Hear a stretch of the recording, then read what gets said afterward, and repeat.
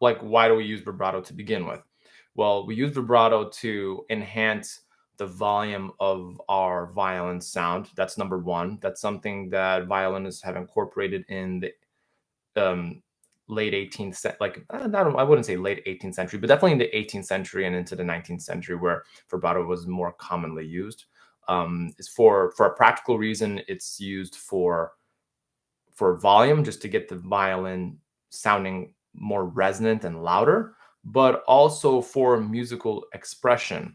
And you have to understand why you want to use vibrato and why you don't want to use vibrato. Sometimes actually applying more vibrato will be more of a disadvantage to you. And that's something that I've learned in my career as a violinist, that not everything has to be vibrated because it does tense up your body, but you have to be strategic on how you vibrate all your um, you have to be strategic on how you vibrate those notes. So if I'm playing, let's say in first position, I just have a plain B natural. And then what I'm doing is I'm trying to gain a bigger oscillation by I'm just trying to do a bigger oscillation to get the volumes louder without having to try or press down or squeeze so much. So one way to really get your violin resonant, try your third finger, and a D on the A string is also regarded as a tartini tone.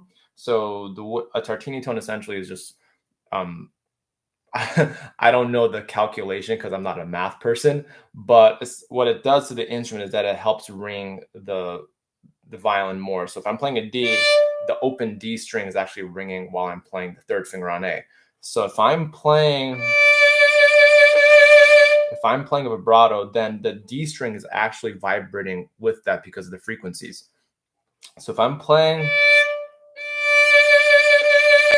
then I could actually do a lot more sound without having to try so hard. So yeah, I am vibrating, and it's important not to press down on the vibrato, because you might notice that there's a slight uptick in intonation if I press too hard.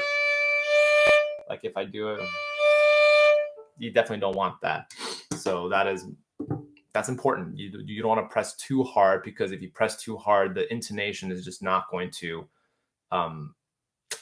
it's just not going to be as effective for you. Because also, if you're pressing down, then you're kind of restricting the natural flow of your arm, and definitely don't want that to happen for you.